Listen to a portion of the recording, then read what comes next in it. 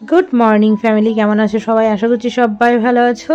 আর নতুন একটা ভিডিওতে অনেক স্বাগত। সকালবেলায় বানানো হচ্ছে এখানে কিন্তু স্পেশাল কিছু আইটেম, যেটা কিনা স্পেশাল দিনের জন্য। গতদিন তো দেখেছো আমার জন্মদিনে বোন কি করেছিল, আজকে দেখাবো চলো বাবার জন্মদিনে আমি কি করছি।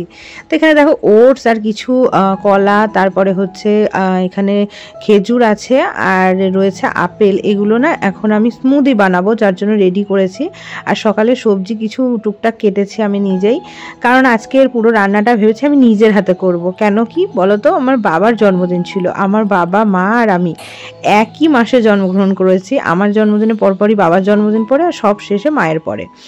তো যাই হোক, এখানে স্মুদিটা সকালে ব্রেকফাস্টে খেয়ে নিলাম, ভীষণ ভালো হয়েছিল।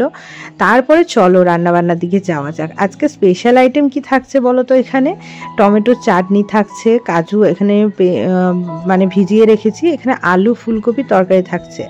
আর সেই দিন কোনো কারণে জানো তো নিরামিষের দিন পড়েছিল, যার জন্য বাবার জন্মদিনে আমিষ কিছু করতে পারিনি, সব কিছু নিরামিষ আইটেম করা হয়েছিল, পেঁয়াজ ছাড়া, মাছ মাংস ছাড়া। তো এইদিকে দেখো ফুলকপি আলু ভেজে তারপরে এখানে কাজু পোস্ত এগুলোকে দিয়ে দিয়েছি, একটা তরকারি করছিলাম ওটা দিয়ে। আর এইখানে দেখো পনির করেছিলাম। আর তারপরে এই কাবলি ছোলার ঘুগনিটাও কিন্তু নিরামিষই হয়েছিল, শুধু আদার জিরে ছিল। আর এই যে দেখো পনিরটা করবো। আর এদিকে চাল ভেজানো রয়েছে, ওই চালটা দিয়ে কিন্তু ফ্রাইড রাইস করবো, যেহেতু নিরামিষ ফ্রাইড রাইস।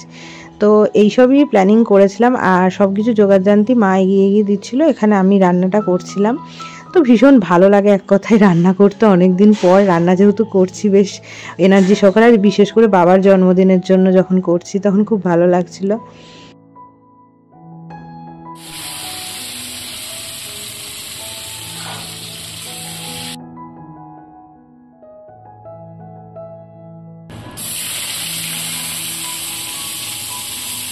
আর সত্যি বলতে কি, এই সুযোগটা আর কখনো লাইফে ফিরে পাবো কিনা আমি বলতে পারছি না। বাবার জন্মদিনে রান্না করে খাওয়ানোর জন্য বিয়ে যখন করেছি তখন কিন্তু অনেকটাই ছোট ছিলাম, আর এইসব রান্নাবান্নার দিকে মানে রান্নাবান্না জানতামই না যে বাবার জন্মদিনে রান্না করে খাওয়াবো।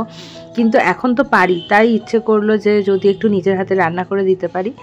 তো যাই হোক চলো, আইটেম কি কি হয়েছে সবই তো তোমাদের দেখিয়ে দিলাম। এখন হচ্ছে ফ্রাইড রাইসটাও আমি রেডি করে নেবো। এই যে চাল হয়ে গেছে, মানে ভাতটা হয়ে গেছে, এখন ভাজাভুজিগুলো করব। কন্টিনিউ দেখতে থাকো।